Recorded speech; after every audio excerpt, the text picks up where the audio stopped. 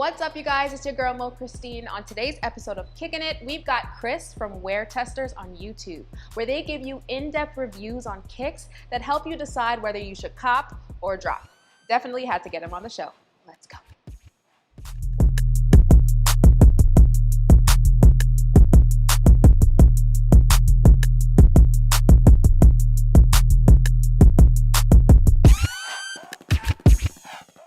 All right. Hello. How's it going? Good. How are you? Pretty good, pretty good. Now, I was super excited for this interview just because I've seen your platform and you've got a large platform. You are big in the shoe game, I would say. But for those people that may not know you, give us a little bit about yourself. So my name's Chris on the internet. A lot of people refer to me as Nightwing2303, and I am one of the co-founders of WearTesters.com. About 12 years ago, I started a YouTube channel, which was originally called Nightwing2303, and it was an accident. Like, that was just my screen name, so it was never, I never started the channel to or the account to start a channel. It was just like I was trying to like people's videos. But we started filming videos. We were the first ones to do performance reviews on the YouTube platform as far as like sneakers go, because that's what I was interested in. And that's pretty much what we've been doing for 12 years. So we've been it's been like a slow grind for quite a while. Wow. So what made you say, okay, let's just review this shoe? Well, I used to watch like the original guys. So like there was this one dude, I think he was the first one, his name was Sneak Geeks, and he was the first one to show shoes early on YouTube. And so like I would watch him, and then there was other dudes like Frantilations, DJ Dells, Sticky 213. Like, I don't know if anybody even recognizes these names anymore, but I used to watch them, and they would do a little bit of what I wanted, which was to see the shoe, but they didn't do everything that like I wanted to know about the shoe. And so I just started making videos because I know I've always been like a tech junkie with the sneakers. So like I've always like studied what they were, like what was inside the shoe, how the shoes were made, manufactured, quality, performance, all that stuff. So I basically just kind of did the type of content that I felt like I was missing on the space. So Yeah. that's kind of how it started. You know what, I gotta say thank you, because you give honest reviews. Like, you go into detail and you give honest reviews. Because it was actually like last week I was considering buying the Nike Waffle 1, and then you put out a video yesterday reviewing it, and I was just like, okay, because I want like an everyday wear shoe, whatever. So I was considering that, and then you said it said that it had bounce, but it didn't have bounce. Yeah, like that's something that like I'm a consumer, so we don't really get the shoes for free or whatever, like how people might think. Yeah. There are some channels that are like that and everything, and it's cool for those people. But we're consumers at the end of the day, so like I buy everything that you see, and if we don't, I thank the brands and stuff like that for sending it out. But so that shoe, like you, I was excited about it. I was like, oh, this is hella vintage looking, but it's still kind of new and modern.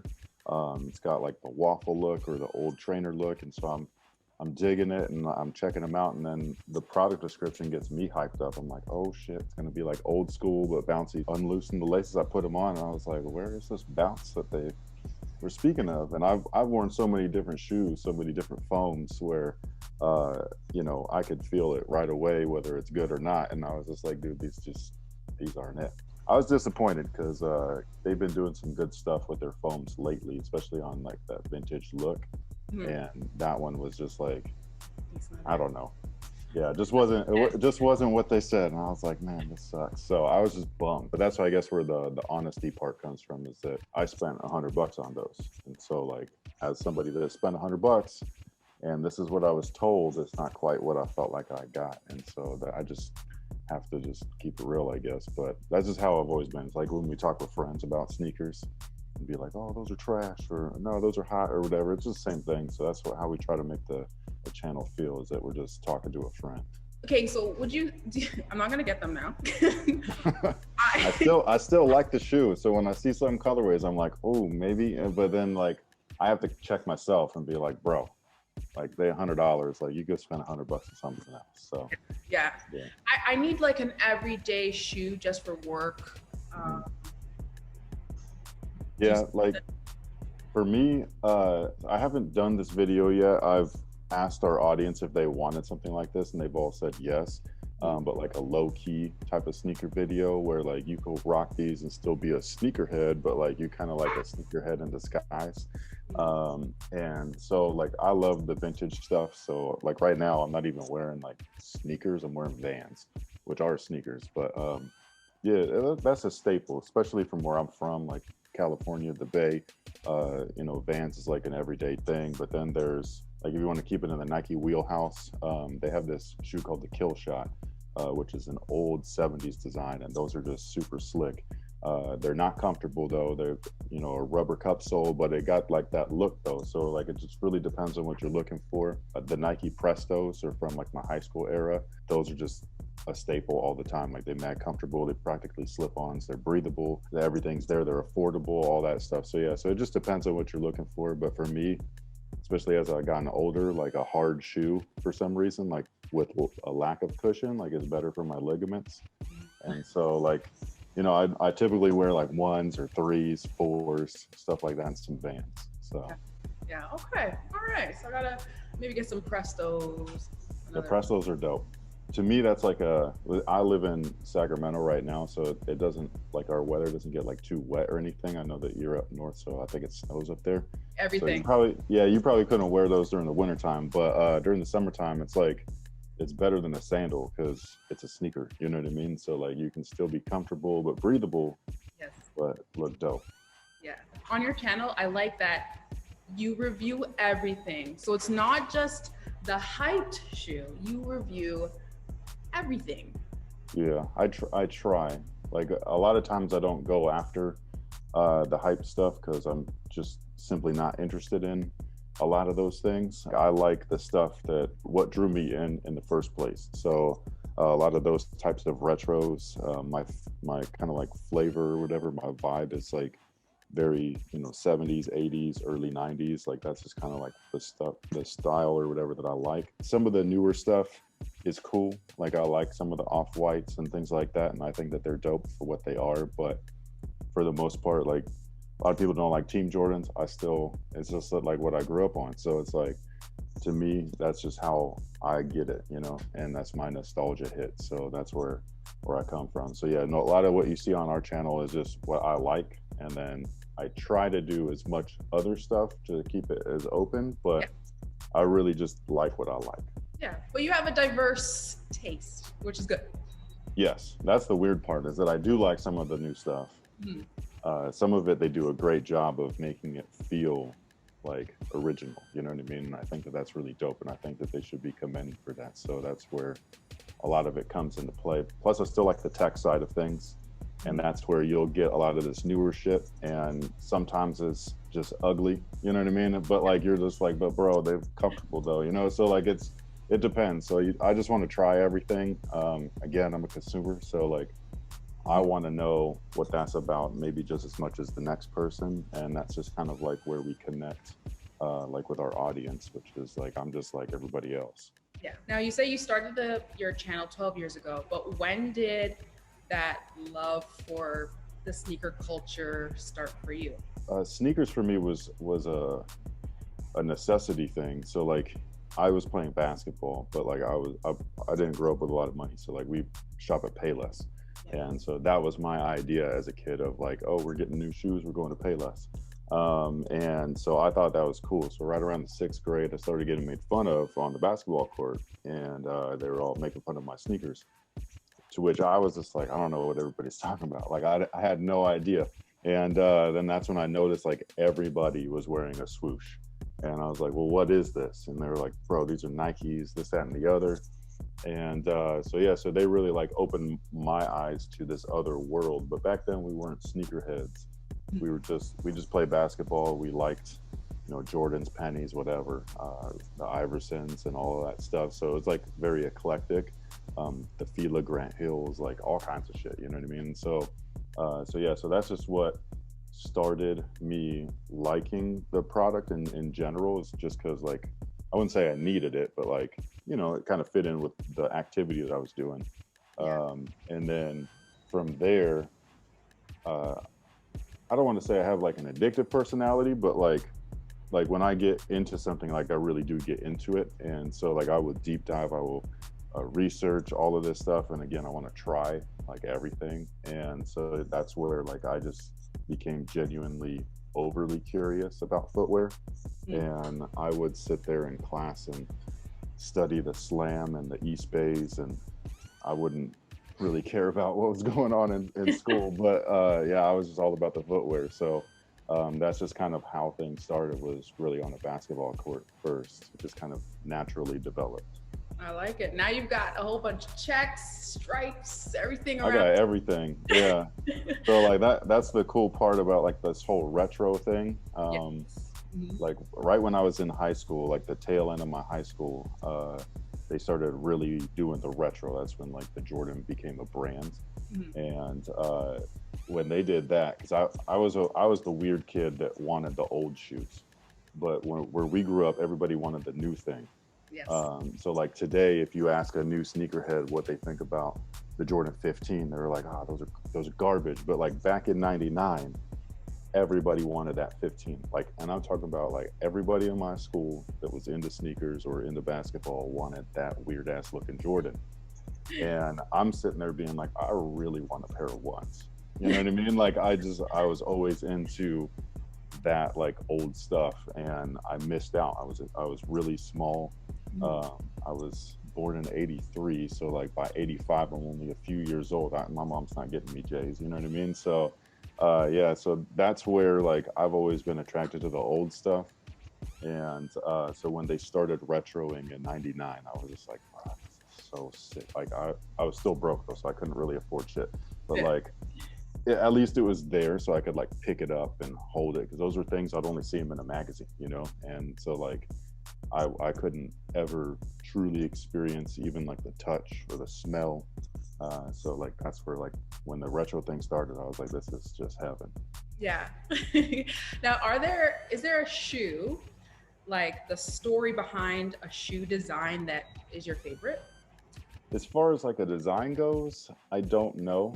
I do like when a designer or a brand will fill you in on their thought process. That's something that I just always like. So it doesn't really matter like what that story is, as long as they can articulate it in a way to where I'm like, oh, that's sick. Like that's why you were thinking that this might work, or why it didn't, or whatever. So like whenever I get to talk to people like that, I'm bombarding them. They're probably not even like ready for like all the weird shit that I've come up in my head. But like as soon as they're like presenting things, I'm like, that's cool, but I want to know all of this stuff. And so I'm really just interested in really anything that they'll want to share with me, that's real, that's not like scripted. Because that's what you'll get a lot of times when you're talking to these guys. They're like, stick to the script. They'll just kind of like reword things. I'm just like, yeah, you said that already. I need to know this though. And so, yeah. So like for me though, it's more of a personal thing. So like for me, like a specific shoe ties into my memory, and things like that. And so that is more important to me than maybe the design inspiration, or you know what I mean? Because like when I was a kid, before all of this stuff, I'd flip in the magazine and like I remember the Jordan 6. And they'd have concept sketches of the Porsche. And I was like, oh, that's where the spoiler came from, or whatever. Same thing with like the 11. I remember the 11 had like a little Porsche design next to it too, but then there was all kinds of other influences into that shoe. Yeah. Where they were trying to go laceless, there was patent leather, like there's all kinds of stuff. And I was like, man, that's just a lot of stuff, like all into one design. And so like, it was just crazy to see what they were kind of like thinking on paper. Yeah. Oh, I like that. Now, with one of the videos that you did with Soul Savvy, that interview or that talk that you had with him, you mentioned, I have it written down here, you highlighted that like brands are highlighting the resale culture versus the sneaker culture. Yeah. Can you, like, I fully understand what you're saying, but for some people that are watching, they may not get it. Can you kind of dibble dabble on what you meant there? So a lot of people that are new into this space, they might be interested in something that previously released. Like that might be the thing that they see, like a pair of threes or whatever. They're like, oh, that's kind of cool to me, and so they'll do their own research and all of that stuff. And the only way to usually get that thing after it's released, especially nowadays, is through a resale platform like Goat, StockX, whatever.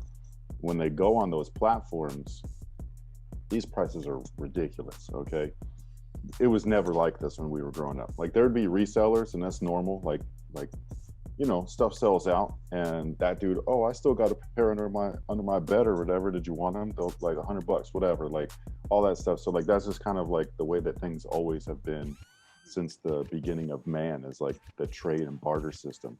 But when you go on to StockX and you see this thing that's listed like it's like a profit and gain, you know what I mean, or profit and loss, like you're just like, what is that? Like, why is that like that? And then when you see the marketing aspect, which the marketing back in our day made you think that this shoe could make a man run faster or jump higher, right? Which is garbage, but like still, that's what they made little kids think. Nowadays, all this marketing is like, hey, did you miss out on this drop? It's over on StockX. Or hey, did you? And I'm just kind of like, that shoe retailed, like that's the real price, right? It's the retail price, not the resale price. And a lot of new people think that the resale price is retail price. And I'm like, no, dude, shoes are not $400. Like unless they are like Balenciagas or something, like they're not, that's not normal. Especially not for like, a big brand like Nike, where they outsource their stuff in China or Vietnam or whatever. Like they're paying, $30 per pair of shoes. So they retail realistically 200 max and all of that. So yeah, so it's just weird the way that things work. I understand it because they are marketing to different people now. So as a consumer, you have to understand that, or as a reviewer, maybe, I have to understand that, which I try to, I don't try to like teeter the line. I just try to explain like, hey, this is why, like this is like this. However, this is what it was like when things were like more organic. And so that's where it's like, you have to kind of bridge the gap. And I think that a brand should do a better job at that. When they release a shoe, it shouldn't just be about like, oh, get these now before they sell out. It should be like, no, this is why this shoe is important, And I get it. We're just talking about shoes in the grand scheme of things. It's not important at all. But that's your job as a brand and as a marketing agency, is to let us know why we should want this shoe, not just to consume it. So yeah, like, this is like hella like corny or whatever, but like that song that Macklemore did about the Jordans, I think it was called like Wings or something like that. Like the way that he like introed his own kind of like introduction to shoes, where like the air bubble and this, and like he thought that this shoe could make him fly even though he couldn't even touch the rim or whatever. Like it's like those kinds of experiences that like people like me grew up with. And so if you would, again, bridge the gap a little bit. I mean, you're a marketing agency. You went to school for this. I didn't. Like, you should be up on this. This is your job. So yeah. So that's where like it gets a little frustrating, but that's why I think it's best to kind of filter out the noise of marketing and commercials and ads and stuff like that with real people. So like sit down with you, or sit down with me, or whomever, Jumpman Bostic, like somebody that's been around. That way you can get a feel for like what real culture is, you know what I mean? So like that's actually a big problem today, is just the melding pot of cultures, and everything seems to be taken from everything, and you don't know where it originated from, and you should. So that way you don't forget, you know what I mean? Like it keeps that culture alive for generations. Yes. Do you feel like the generation now, when it comes to like the sneaker culture, it's more about the hype or getting that shoe so you can take the nice picture? Yeah. And they're completely forgetting about the history. They're not even presented with the history. That's the part. So that's where like you have to bridge the gap. There's somebody And if that's me, then whatever, that's fine. You know, that I didn't try to. It's just I can't help but talk about the things that I remember. You know, and that organically kind of does that. One of the better, newer campaigns that Jordan Brand had done was for the Black and Cement Jordan 4s. They call them breads now, and that campaign, while it was corny that they were even highlighting the bread moniker, it was cool though because they were throwing it back, which is like, hey, he hit the shot on Craig Elo, he did this, he did that, like all this stuff. Bread rises, Mike rises. Like it was just like, it was a good way to bridge that gap of like, hey, this is the way that the newer gen thinks. This is what we grew up with though. So let's put them together.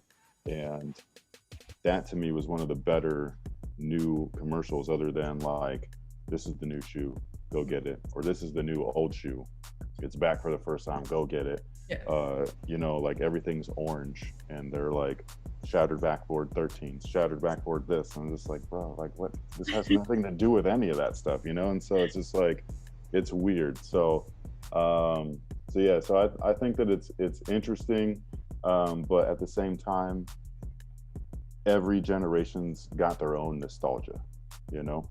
So like this current generation is too new. So they're not gonna have these like, oh yeah, remember way back when, you know what I mean? But give them 20 years and they're gonna look back and they're gonna be like, it's just gonna be funny because like my like, oh, do you remember camping out for this shoe and you didn't even get it? I do. Yeah. And that fool is gonna be like, yo, remember when I resold those and I made like $1,000? Like, and they'll be like, I do, you know, and that's just gonna be their nostalgia. So it's like, it's different for every generation, and we just are gonna have to accept. And it's really our job, you know, it's our job to make sure that the culture moves forward. Like every generation that dies, the next generation is the one that's got to take that mantle and go. And so like, we can't just be the grumpy people being like, oh, back in my day. Like you got to be like, no, actually, like this was hot back in my day and it's kind of come back around. You want to see what, you know what I mean? Pull out a Polaroid, do something, like bring out the yearbook and be like, yeah, remember them fucking Jinko jeans, bro? Like you could stick like 3 of us in them things, like, you know? And so it's like, you got to really take it upon yourself to make sure that this new generation understands where their shit came from. So, you know, so it's on us. I like that. I like that. Okay. Tell me your definition of a sneakerhead. I don't even like the word anymore. Cool. So what word would you, how would you? Sneaker. I don't know, like, yeah, lover, enthusiast, you know, you're just a junkie, kind of like nostalgic, you know what I mean? Like it really just depends, because again, like nowadays, like a lot of people are in this for fashion. Like the shoe, the Jordan 1 is a fashionable shoe. It's no longer a functional shoe, it's a fashionable shoe. You could wear that thing with suits. They used to make fun of you for that. So, you know, like you would wear that to a business casual thing. They'd be like, what the fuck are you wearing, bro? Like you need some like polishable shoes or whatever and stuff like that. And I feel like it's, again, our generation that we're like especially like someone like me, I'm like, I'm not wearing hard bottoms, man. I am wearing sneakers. They could be all black. That way they can, and they're technically polishable because they're leather. So like I'd get away with that. You know what I mean? So, yeah, so I don't love the word sneakerhead just because like now everybody's like, I'm a sneakerhead. And it's just like, well, you know, what made you into sneakers? Well, actually just yesterday I got my first pair. Oh, you know, like, so, you know, and I don't want to dog on anybody. So like, I want to be as inclusive as possible. So just, I guess sneakerhead is now the culture, right? So like, that's the moniker. Now everything under it is, again, up to everybody in here to really shape what that means. It's hard when you got big mainstream media being like sneaker culture and they go to a resale fucking convention and you got kids pulling out wads of cash out of their fanny packs and stuff. And I'm just like, that's not sneaker culture, dude. Like, you know, so yeah, so it just depends, but it's really up to us to change the narrative. Yeah, I could talk to you all day about just. I could do this all day. Yeah, this is like, you know, this is kind of what I do. Yeah. So. Oh man. Okay. So before we get into the kicking it questions, I want to ask, how many pairs do you have? That's a good question, actually. I don't know. I know that before I moved here, because I'm from the Bay Area, and then we moved up to Sacramento like 5 years ago, and so back then I had a like a storage room because all the stuff that I'd reviewed, like I just like moved it into there, Yeah. and so there like there must have been like 400 or 500 pairs of shoes, but I wasn't trying to move all of those things, like especially because I went through this kind of like epiphany or whatever where like I was like, well fuck, like why do I have all this stuff? Yeah. I'm not even wearing it. Half the time you can't even see it. And so it's like I started not becoming minimalist, but just understanding that like, hey, my brain has a little bit of a problem. Again, that addictive personality type thing where it's just like you go so hard trying to get the things that you couldn't have when you were, you know, without money or whatever, or without the means. And so you're constantly trying to make up for what you thought you lacked, but then you realize when you hit a certain age, it's like, oh no, I actually do have everything. I'm healthy, my wife is good, my kids is good, we got a house, like we good, like we got money, you know what I mean, like we're not poor, like we don't have to worry about what we're eating or how we're going to pay for it. Like I've lived through all of that stuff, and so to go from there to like being like, why do I got all this crap? And so I just got rid of it. So now I still got a lot of shoes, like don't get me wrong, like I have way more than I should, like any normal person should, but I don't know the number. I know I tried to keep it at like 100, just because there's pieces that like I can't get rid of because they're nostalgic, even if I don't wear them. Like they're hella old, like they're legit like almost as old. Some of them are as old as me, and so like, so yeah, so like some of those things like I keep, and technically that's a shoe, so that'd be in the, you know, in the collection. But yeah, I try to keep it at about 100 or less. And so yeah, so like when I do get new stuff in, I'm like, oh yeah, I really want to keep this one. Then I'll have to figure out which one I'm getting rid of. Yeah. So when you get rid of them, do you sell them retail? A lot of times I actually just give stuff away. So yeah, so like I like to pay it forward. So I'm very fortunate, and while we don't get a lot of stuff for free, if I do get it for free, I usually just re-gift it because it's like I didn't pay for it. You know what I mean? I actually just had this conversation like 3 days ago with a friend of mine. We were playing basketball, and his shoes, he was playing in the CP3 sevens, which is like, I think they're on the 13 now. So like that's all they're old. And so yeah, and like we was talking about new shoes, and like I realized that he's my size. So I was like, hey, just what do you want? Like, let me know. And he was just like, well, how much? And I was just like I don't worry about it. It's a write-off for me. It's fine, whatever. And so like I gave him a few pairs of shoes, and it's cool to see how appreciative somebody, because like I understand that, you know what I mean? Like gifting kids their first pair of Jordans is like a special moment for me, because like I remember when my brother gave me my first pair, and so like, and I'm just like, and that's a moment, right? Like it's like having like a kid or something. Like you're just like fucking. I'll never forget. Yeah, everything is just on point that day. Like you feel amazing, and so, and it's all just from a shoe. So it's like, if something that simple can make someone feel that good, then why not? You know what I mean? So yeah, so some of it we do resell, but like it's not for resale, like, you know what I mean? It's just to get rid of it. Like they're basically doing me a favor by taking it off my hands. So it just depends on what it is, but most of the stuff we give away. That's the way that I prefer to do it. And yeah. Nice, I like that. Okay, so let's start kicking it. We're gonna start off with our kicking it questions. What are your top 3/go-to pairs? And if you have them, we wanna see them. So I wouldn't call them go-tos. Two of them for sure. I brought 4. I had to. So yeah, so, and I just did this as like my favorites.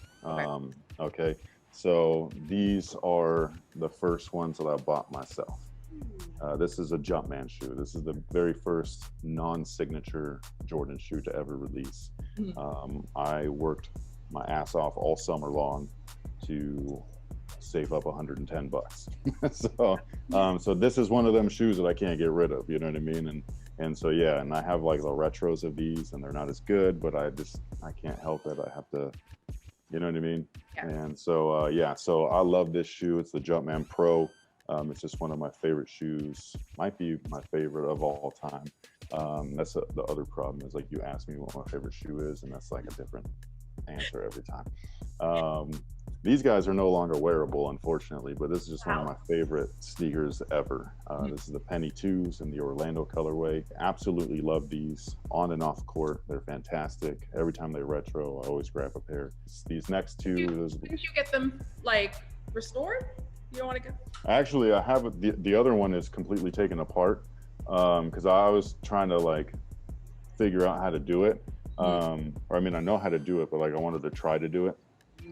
And I'm just so busy, and so like I have this problem of not being able to like just do one thing. I think I might have like ADD or something, but like I'm like, oh yeah, we're doing this today, and then I'm gonna start another thing tomorrow and whatever. So like I'm doing like 15 things at once. Yeah. And yeah, so those are just, they're ready whenever I'm ready to like sit down. So that's probably what I'll end up doing whenever I retire, is figure out how to cobble shoes back together, just because I like shoes. These next two are pretty much grails. Like this one is my favorite just in general. This is a staple, I think, the Jordan 4 in the white cement colorway. This was one of those shoes like in '99 when they showed that this was retroing for the first time. And I was like, yo, I need those. I couldn't get them, but like I needed them, you know? And it was one of those shoes where I didn't have a specific memory with them, because in '89 I was young, you know, and I didn't have Jordans and all that stuff. I was wearing Payless shoes. So this is one of those shoes where I understand where like a new kid sees something and they're like, no, I just like it, you know? And kids are like that. And so like you have to understand what it was like. You have to remember. This is one of those weird things where like I see old people and they all grumpy and shit. And I'm just like, don't you remember what it was like to be a kid? Like, you know, it's like, I don't get why some people are always so angry. I didn't have like the greatest childhood ever, but like I remember the good shit, you know? And so that's what makes me happy. So like this is one of them shoes where I see this, I'm just like, yo, something about these joints is fire. Last one is just one that I never thought would ever release, especially not like this, but this is the 85 cut version of the Air Jordan 1. I loved what they did with these. I didn't like the release of them because it was so exclusive that it discluded so many sneakerheads that have been waiting for something like this. But the way that they made them though, everything, like I just love it. I love this colorway, which I know is it's pretty plain. A lot of people don't like all white shoes, but I do. And yeah, nothing screams 80s more than this. Like white with the gray swoosh, that grandpa vibe, man. This is so dope. So yeah, those are my favorites. Love those. I take so many L's and just, you know. So do I. Somebody help me get those for retail, man. I'm like forever grateful for that person. Yeah, like it's just, there's some really great people in this community if you like navigate things properly, you know. Yes. Tell me past releases that you wish you copped. So I only really have two, and the reason why I didn't cop is because I do live within my means, so I just couldn't afford them when they originally released. But one of them is the Air Jordan 6 Oreo, and the other one is the Yeezy 2. I just think that I don't know why, I just love that shoe. It just looks really cool. Yeah.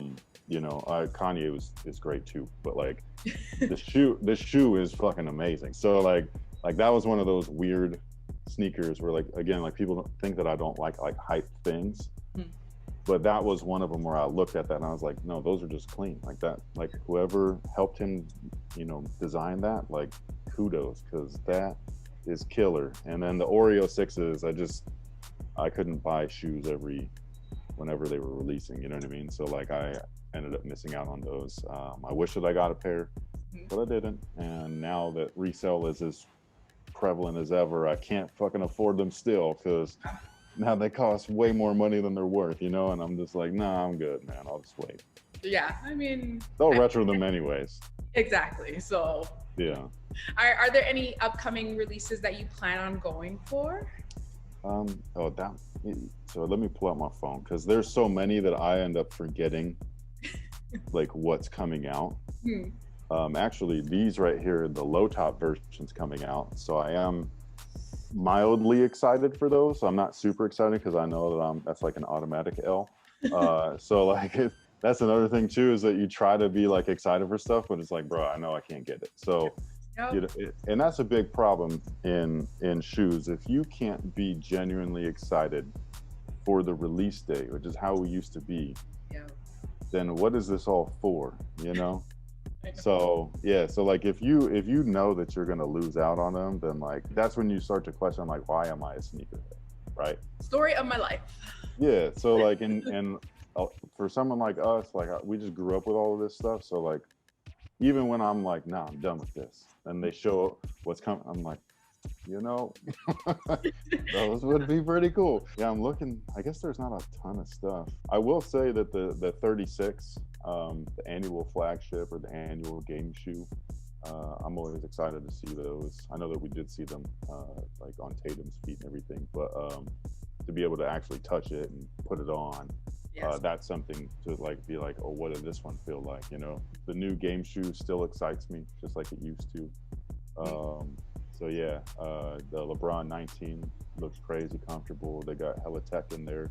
They look like an Air Penny on steroids. So yeah, so I'm just excited for whatever. You know, I just like shoes.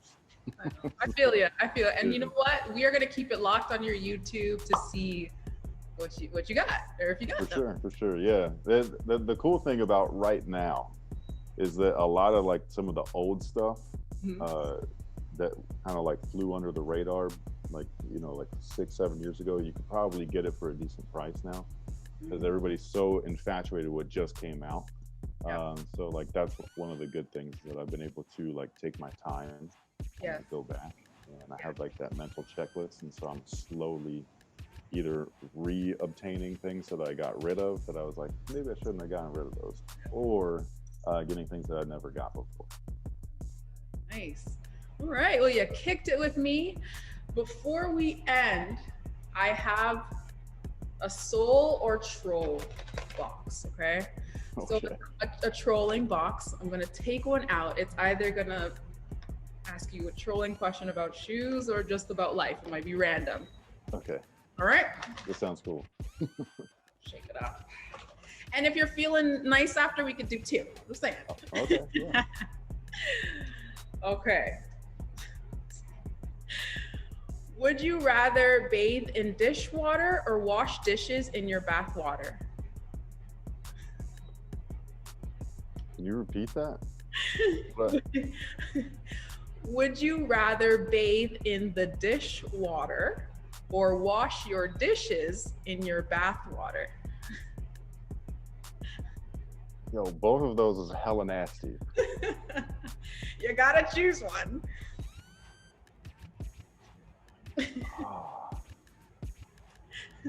Yo, you gotta understand the way that my mind thinks. Like the dishwasher probably has some disgusting leftovers in that shit. And food gets mushy and smell nasty, milk. Oh. Yes. But then the other one is practically your ass juice that you've been like marinating in. So it's like, I'm not trying to then eat off of that plate. Oh my gosh. That's hella gross, man. I would rather just not do anything. That's nasty. That was a really good one. Yeah, that was a fucked up question. I don't know if you came up with that or not, but like that was fucked up. Yeah, don't ask anybody with OCD that shit. It's all from the internet. I can ask, you know what? I should have known, man. That's a messed up question. You know what? I'll ask you another one. That might haunt me all day. You're gonna be thinking about it when you do the dishes. That shit's so gross. Yeah, I can't. Oh. Like, have you ever smelled your hands after you're done doing the dishes? You gotta wash them after. You know what I mean? Like, nah. Okay. Here's a sneaker one. All right. Would you rather wear your favorite pair on a rainy day, or let a parent rock your favorite pair for the day? I would do both, actually, because I like wearing my shit all the time. Okay. So yeah, so unless they're like they could get damaged by the rain, I'm wearing them anyways. Okay. So yes, I'm not one of those guys that's gonna like wear a bag over my shoe. I'm not that. Like I will obliterate my shoe Yeah. that I love. But that sharing your passion, right? Like there's something special about that. So it's like when I grew up, I didn't have a dad or anything. So when my stepdad came in the picture, I would be like, "Hey, you want to play basketball?" And he's like, "Nah." I'd be like, "Well, can you play basketball?" He's like, "Nah." So like if he were ever to have been like, "Sure," that probably would have been a great day. Yeah. So it's like if you're willing to rock this shoe with me, let's do this. You know what I mean? Like you could look fly for the day. So yeah, so I don't mind either of those. I'd do both. I'm not scared of the rain. So, You know, some people, they'll be walking like I know it's hella funny. Usually they do that with shoes. It's like, bro, those will be cleanable. Like they're fine, unless it's suede or nubuck. Like it's all good. So yeah. Oh man, well thank you so much. You kicked it with Mo. I appreciate it. Thank you for having me. Fun. I appreciate you, and I guess I will kick it with you another time. For sure. I'd be down to do this again. This was dope. Yay! All right. Thank you. No problem. See you later.